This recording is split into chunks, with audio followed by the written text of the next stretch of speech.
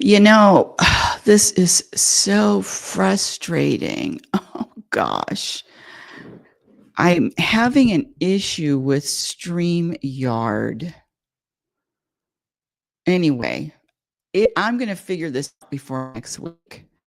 Just this stream, let's see. You are live, view on YouTube. You're about to recommend live the solid bandwidth. Mute so won't hear yourself. No, I don't want to do that. Okay, let me get back to this.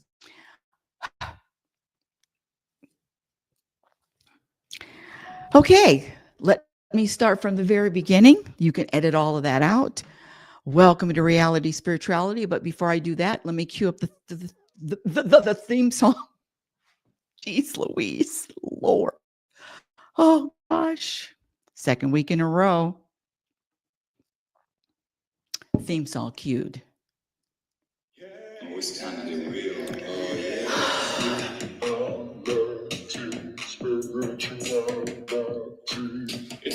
19 minutes late.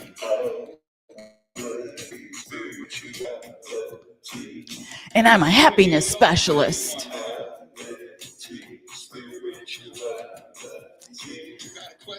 Vibrating an energy of contentment and peace, regardless of what happens. That's who I am. Is it serious? Is it important that this is the second week in a row? Of course not.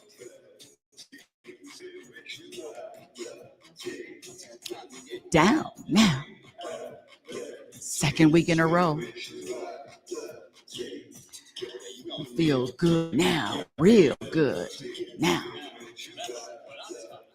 Time to get real. Oh my goodness. Welcome, everyone. Welcome to Reality Spirituality. Again, nobody is going to be listening to this live. Oh, 2 weeks in a row. It's internet, it's StreamYard is creating two shows when I try to create one. Then when I delete both of them, and I'm so tech challenged. Listen, forget it. It's over. Past yesterday. Welcome to Reality Spirituality. I'm your host, Global Happiness Specialist, Rebecca L. Norrington. And when I say happiness specialist, what am I talking about? I'm talking about the ability to vibrate an energy of peace and contentment regardless of what happens. And one of these days, I'm going to get in a studio, and one of these I'm going to have a crew, and one of these days, but it ain't today. Whew. Happiness defined: the ability to vibrate an energy of peace and contentment regardless of what happens. A personal vibration of contentment, a personal energy of peace. And that's that. And I just had a live, this was very, very minor, just a live example of what I mean. The title of today's, which I'm going to have to add later, is called Programmed for Unhappiness. And coincidentally, there are no coincidences. Everything's all synchronized. Programmed for Unhappiness, Exposing the Untold Truth. This is on Amazon. And in this book, I list 56 program behaviors that subtract from a person's happiness, subtract from contentment. And this was a perfect example. And let me just go right to it. Now, I don't need the book because I wrote the book. I don't need the book. Lord. Oh my goodness, I can't even believe this is so funny. Second week in a row, too. Here we go. There's the list.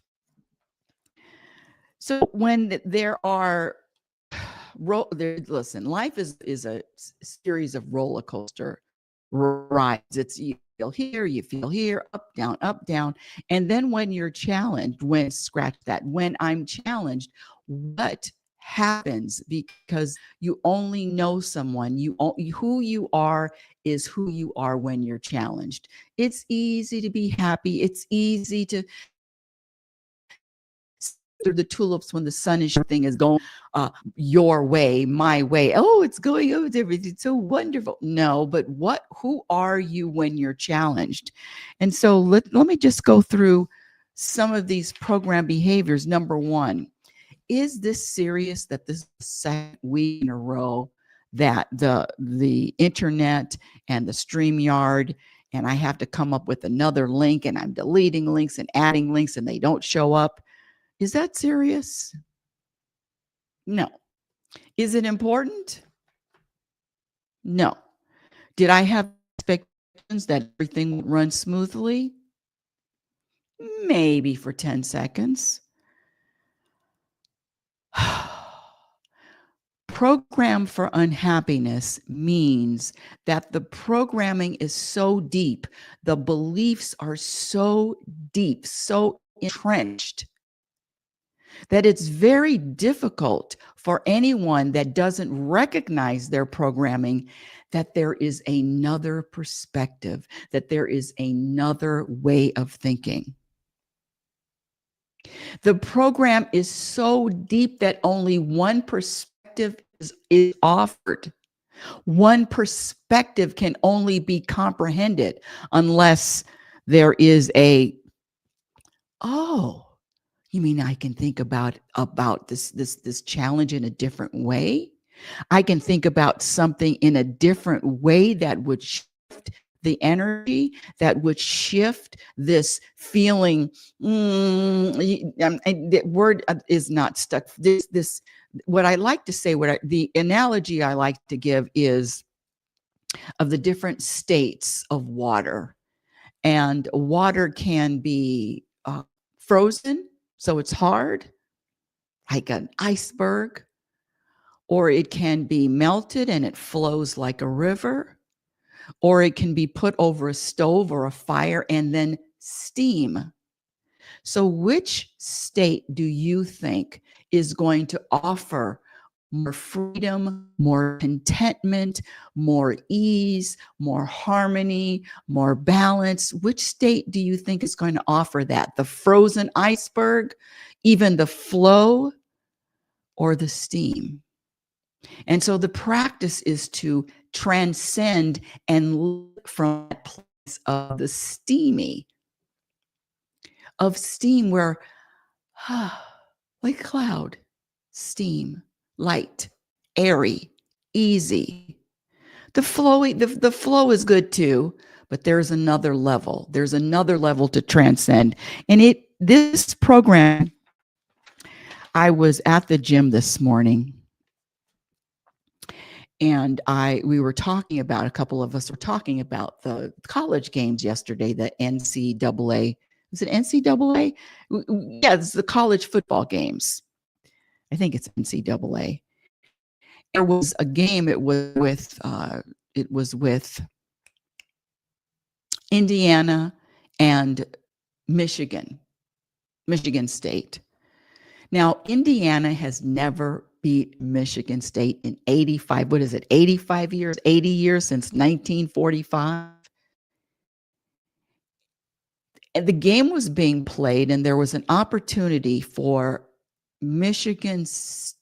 Ohio State to tie the game with a field goal. If you know anything about football, the person kicks a field goal, it would have tied the game 13-13.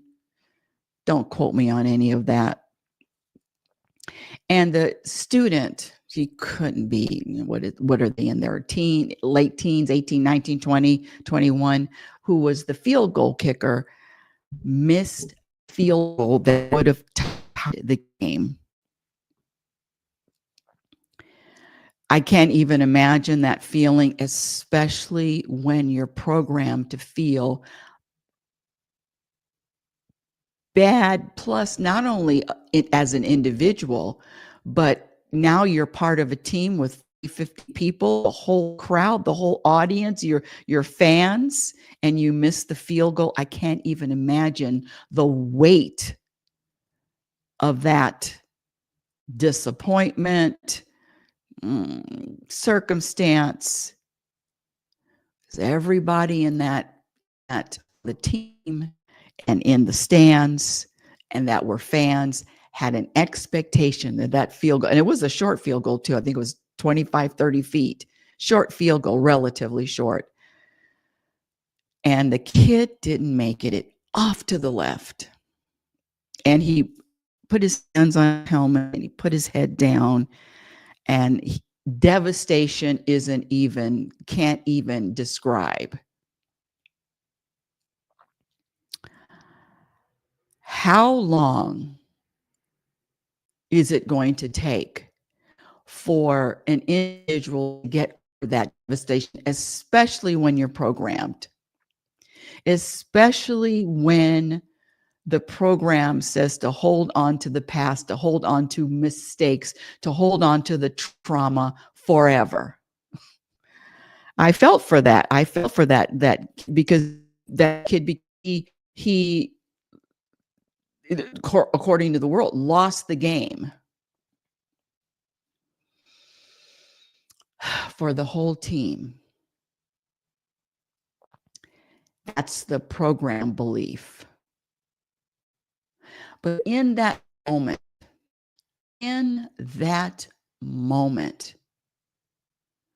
there are more opportunities. There are more possibilities.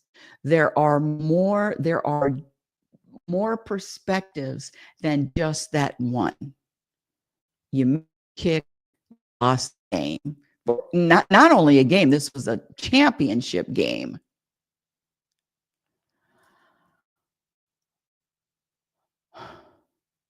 My point is, the programming for unhappiness is real. The program that doesn't want a person to live in the present moment, and yesterday was over, and now there's a purpose for all of this. There is even a purpose. And what is the purpose? What is the purpose of losing a championship game? If you talk to any athlete, not any athlete, but most athletes, especially professional, will tell you that the losses teach more than the wins. And the losses help a person even get to a level, even more expertise, more growth. And now this is what you're going to do. Like, in other words, losses, these type of situations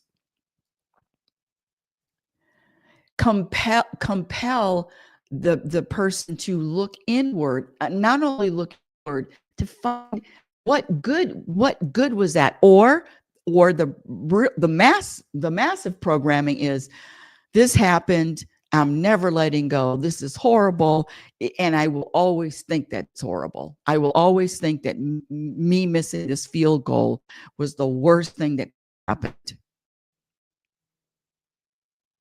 Or me not getting, or me not coming away with the trophy is one of the worst things that could happen. The programming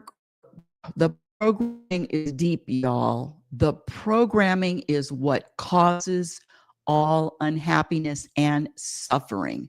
It's even a belief in suffering.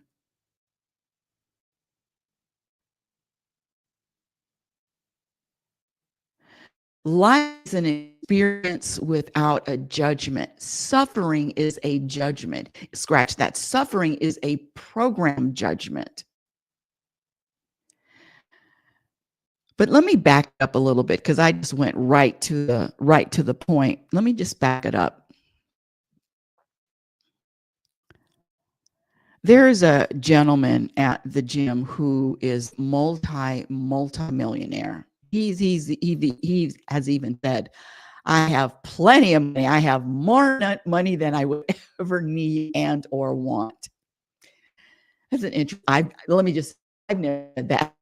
I've never said that or believed that. Scratch that. I can say that now. But this gentleman with millions and millions, and he's a senior, millions and millions and millions of dollars. I have plenty of money. But guess what? He doesn't have. And guess what he's told me he's struggled with this incessant mind that will not shut up. There is no contentment. He's told me with all of the money that he can have or use, the contentment is at a small, very, very small. He experiences that very, very rarely. These are his words. And he's asked me more than once about the thoughts, and he's, I can't get my mind to shut up. My mind with all the bad thoughts of all the things that I did and didn't do and the mistakes I made. I can't get it to shut up. It seems the I get, the worse it is. You seem to, he's talking to me. He says, you seem to have that mastered. I said, well, I don't have it mastered, but I do not allow my thoughts and I do not allow the thoughts and the stories to, number one, have power. Number two, have any time truth to them. Number three, have any kind of belief. So I practice witnessing all the thoughts and the stories. Well, how do you do that? And I gave him some reading material. It's called The Mental Laws. I gave him some reading material about thoughts and how they originate, and how really there's no control. This thing about only thinking positive thoughts. Nah, that I don't know about you, but thoughts aren't just positive thoughts. In fact, mostly they're going around and around and around, and then no good news. And he asked me, well, how do you do that? How do you let go? How do you just have a thought? Number one, I am not the mind. I am not the thoughts. And I came back to this point. I said, and his name, well, let's just call him John. His name is John. And I said, it depends on what you value. At a very early age, you didn't value contentment. You didn't value this thing, peace. You didn't value, and again, when I say happiness, it's an energy. It's an energy of contentment. You didn't value that. No, you valued making money. You valued having titles behind your name. You valued this idea, this identity of this with work, professor.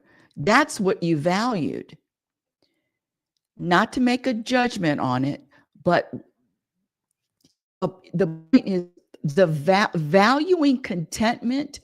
Who the hell even thinks like that? I'm talking about the masses. The advertisement, the more than advertisements, but the world doesn't. Hey, contentment. let's have more contentment.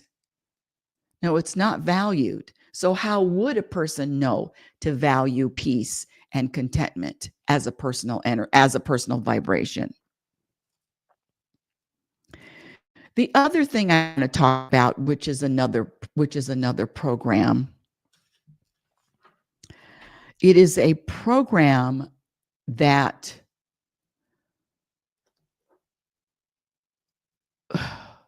a program of, let me back up a little bit. A program that underneath it all is fear-based. Underneath this program, this belief is fear-based. It's rooted in fear. And I'm gonna share why. An example, there's someone that was talking about, the foods that you eat, how many times you even chew your food, what you eat, when you eat it, all of that. And if you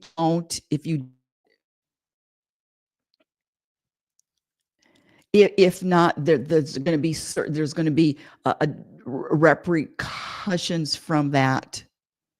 I'm really getting off here.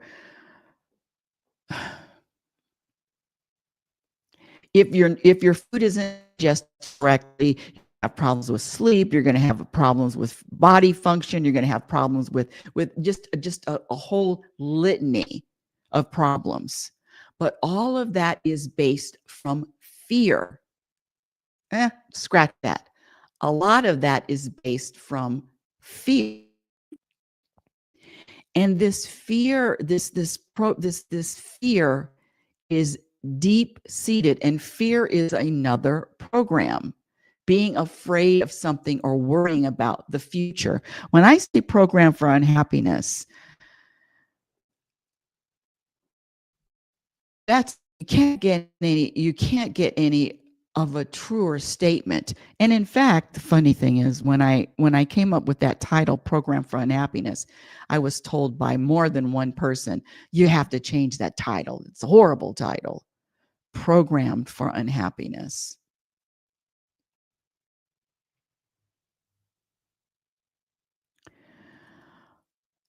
But it's exactly what it is.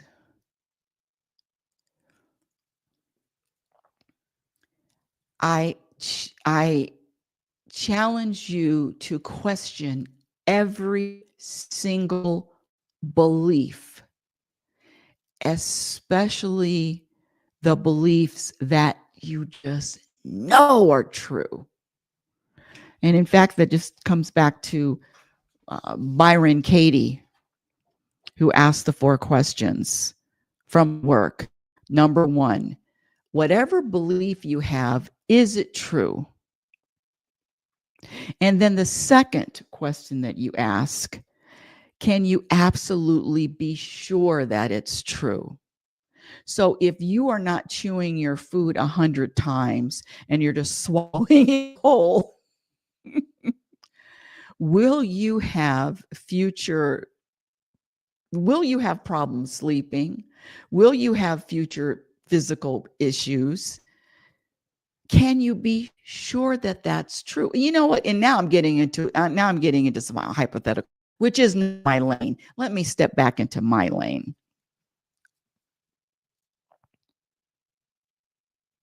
There is a reason for every experience. This is what I believe. There is a reason and a purpose for every experience. Do I understand it? Can I comprehend it? But there is a trust, just like in nature, there is a reason for every function in nature. Is there anything that nature does that there's a reason for it? A good question. As I contemplate life, is there any thing or event that happens in nature without a reason and or a purpose? I think not. So back to the program, it is really up if there is a value, if there is a priority, if there is a thinking that, yes, this is important, peace is important, contentment is important. It's not only scratch the important, is valued. Contentment is valued more than anything else. And then all the other stuff can just fall into place. But contentment is number one. Peace is number one. And how do you get there? How do you stay there? How do you maintain contentment? It's a practice. Happiness is a practice. Inner peace is a practice skill. Contentment is a practice skill. How do you get there? How do you stay there? With practice.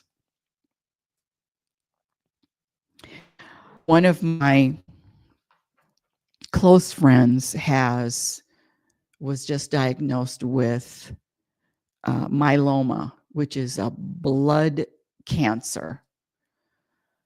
And after the initial shock, well, let me say this. after the initial, first it was breast cancer, and then the white cells were just, they kept growing, and then it came back to, it's possibly blood cancer, in the blood cells. And one of the shifts after the shock, the horror, the being put in a upside down, the whole world upside down, one of the things that they said is that I've had life. If it's my time, it's my time. Can you imagine? Now that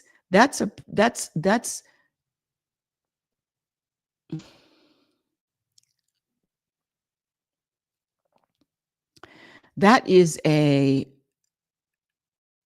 transcending the what the masses are programmed to believe and experience.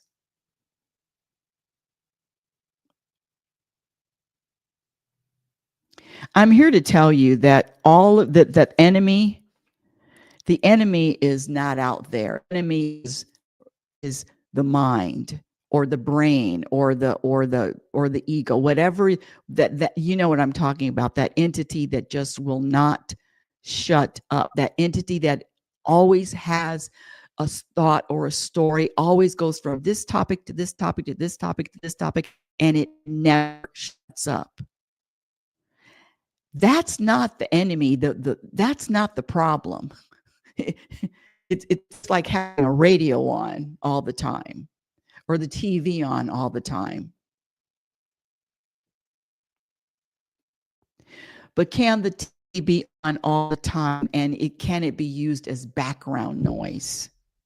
In fact, you know what? Let me see. Let me find this. This was a perfect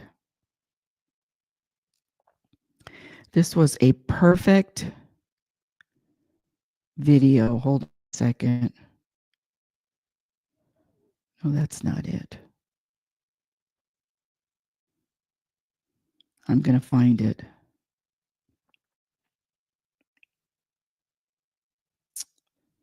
Douglas as requested. Let me educate you on how to Douglas. No, that's not it. That's not it. I'm going to find it. This video, this message is powerful. Let me find it. I know I saved that.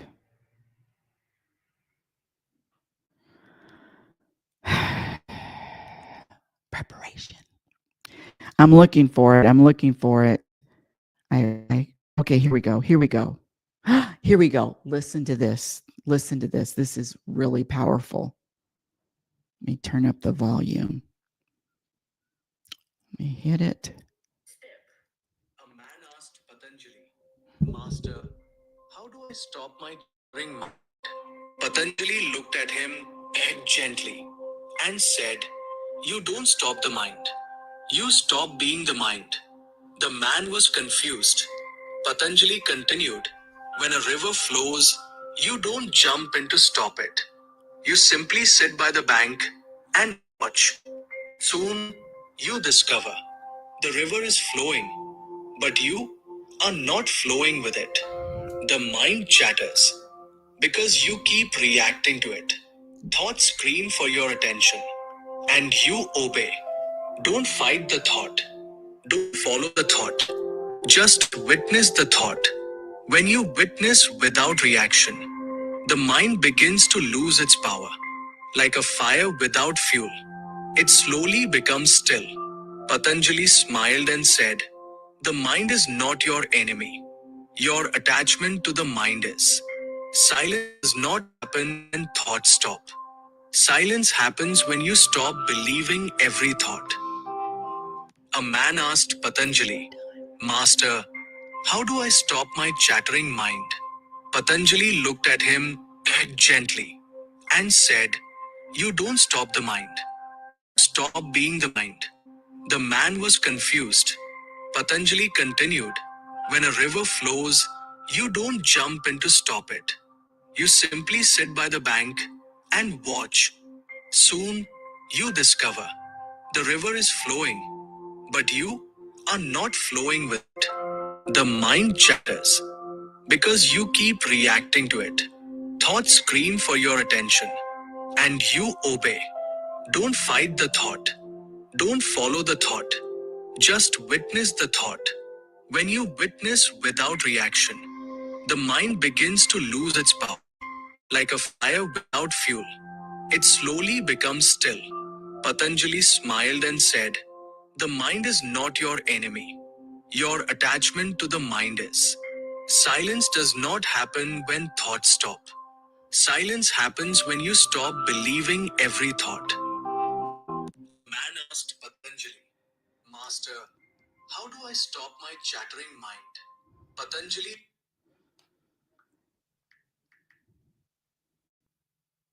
I love that video. I'm just sending it to myself. Gently and said, you don't stop. How do you stop the mind? You don't stop the mind. You witness the mind, and he was saying it's just like watching a river, wanting to stop a river flowing. You don't jump in to try to stop it. You just witness it, and it's not about, you are not the mind. You witness the mind. The mind is not the enemy, but your belief and your attachments to the stories that the mind share. And it is a programming. Let me see. Hold on a second. I'm a little, scratch that.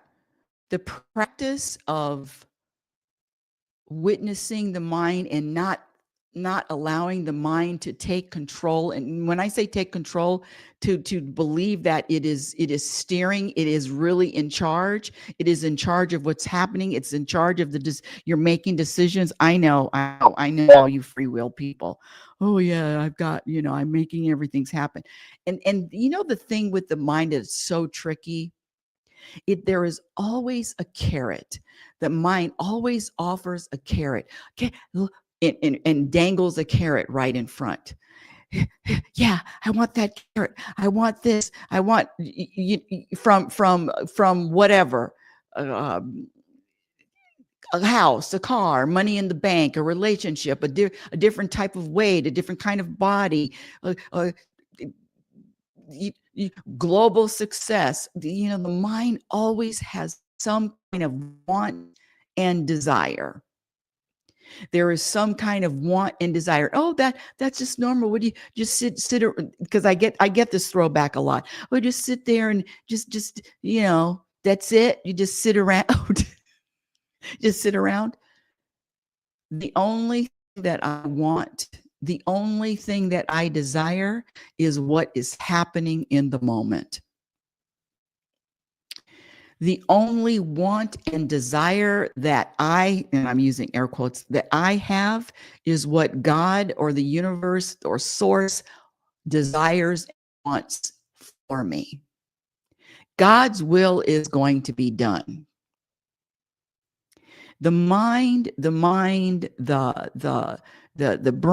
the ego will say, this is going to be better. No, and that's the key right there. The pushing back, the resisting what is happening in the moment is whatever it is, the desire is the want. I want every moment. I want every moment. I want every experience. I want whatever is happening. And I'll tell you right now, this is not an easy practice. Because Rebecca and Rebecca's mind and Rebecca's thoughts desire and want a lot of things other than what is happening. Desire and want a lot, so much that's not happening. And with that wanting or desiring something that isn't happening you can feel it. You can feel there's an anxious, there is a tightness. It's not freeing. Is it possible to, okay, God, take me on this journey? Whatever you, which quite frankly happened today. The thought that, oh, I wrestled with God and guess what? God lost. I was arm wrestling with the universe and guess what? The universe lost. I sabotaged what the universe wanted. Are you kidding? There is no such thing as sabotaging self. There is no such thing as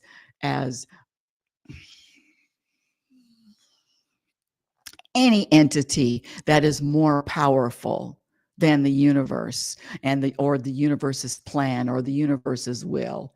Zero. Sorry to yell at you.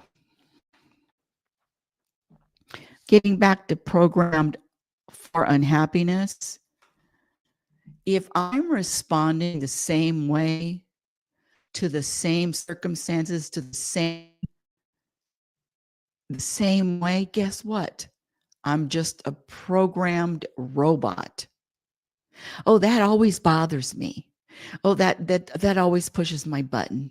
Oh, that's another trigger. It's the same trigger over decades and decades, then you are a robot. That scratch that. Let me just say to myself, I didn't mean to call you robot. I am just a robot that is incapable of doing anything else other than other than what I've been programmed to believe or react to. And it is the awareness of the programming that is powerful. It is the awareness of the programming that brings freedom.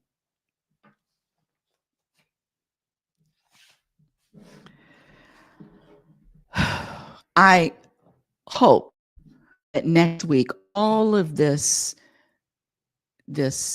technical will be solved.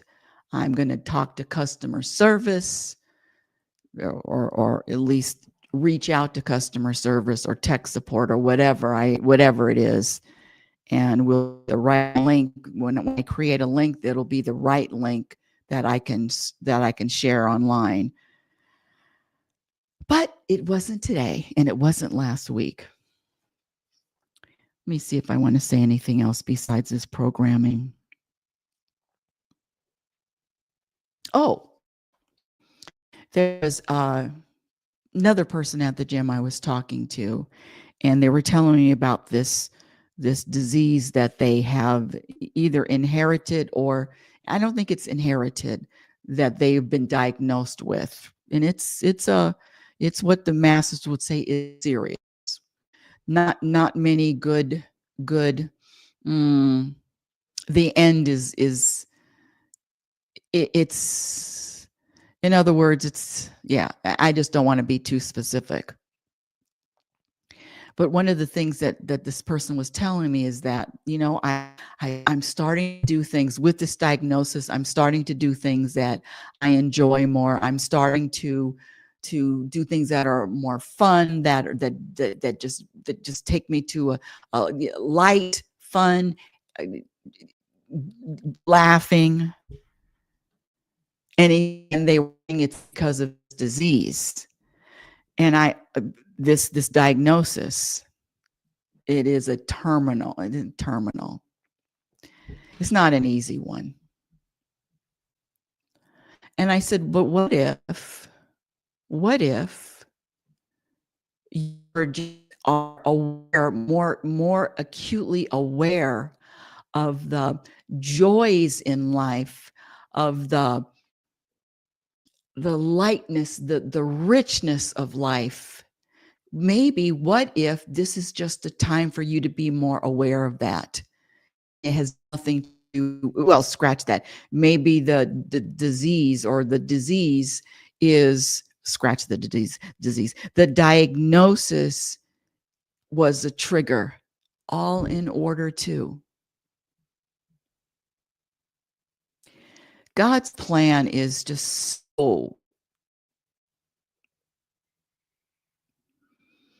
overwhelmingly complicated, intricate. I can't even comprehend. And I able to relax with all and know this is a journey? Know that this journey is a journey of experience. And that's it. The question becomes, can I find enjoyment and joy and lightness and contentment when most of the masses would not be able to find joy? Can you imagine finding happiness in a you've got blood cancer a diagnosis, or leukemia, or Parkinson's, or shout out to Kendrick Lamar, Park his son, or any type of diagnosis? No, that's a very challenging way. However, if I was taught or indoctrined at a very early age to accept everything that life, to accept everything that falls into my lap with wonder, openness, awe,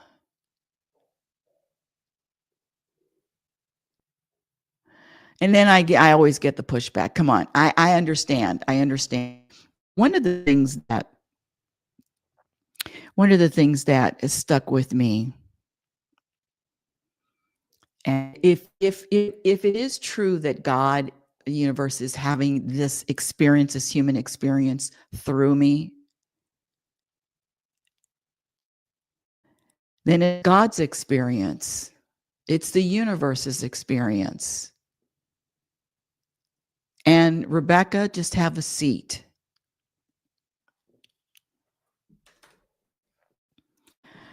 Programmed for unhappiness. We all. But the practice is to transcend the programming, and the practice is to recognize the truth that this existence is going to be gone like that next moment.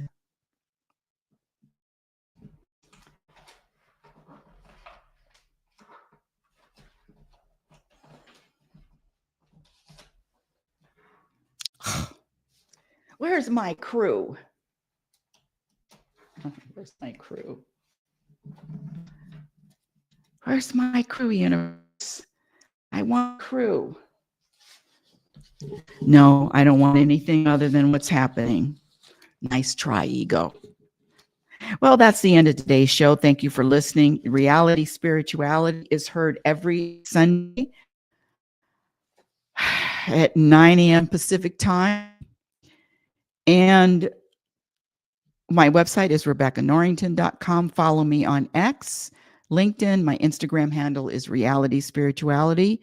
YouTube channel, it's growing organically. Feel free to check out the YouTube channel, the videos on YouTube.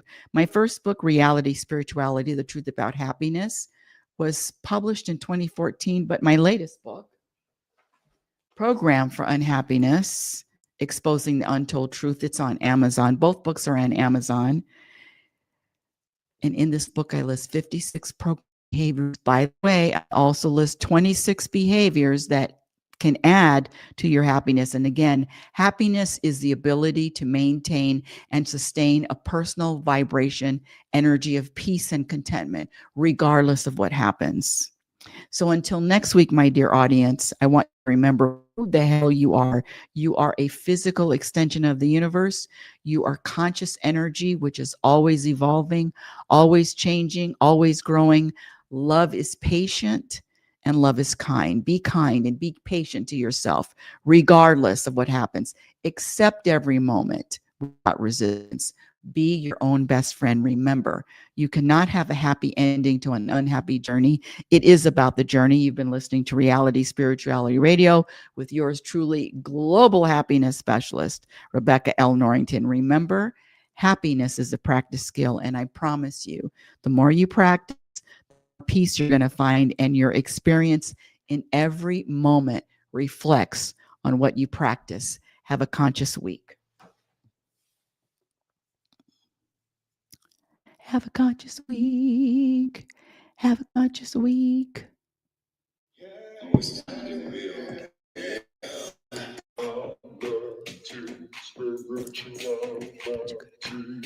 a new experience. Reality. What a mess. To change everything. Reality.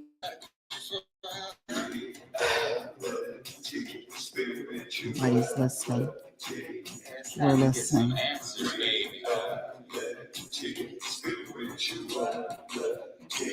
Now we get